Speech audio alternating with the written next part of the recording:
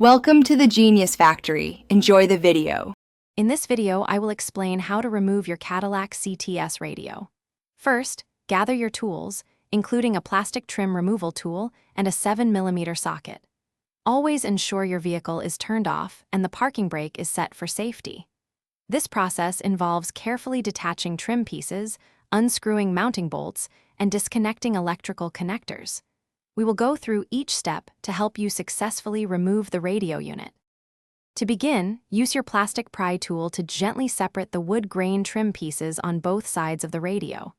These are held by pressure clips, so they should come off with careful prying. Next, move to the shifter area. Place the vehicle in neutral, then carefully lift the shifter bezel. This piece also uses clips and may have small legs, so pull it up and back to avoid damage.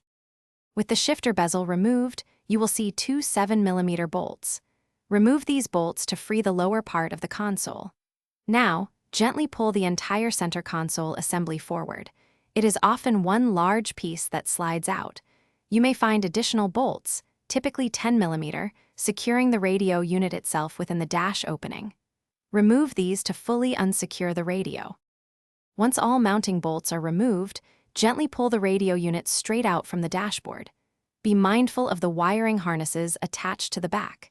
Carefully disconnect each electrical connector by pressing its release tab and wiggling it loose. There are typically several connectors, including the antenna and main power harnesses.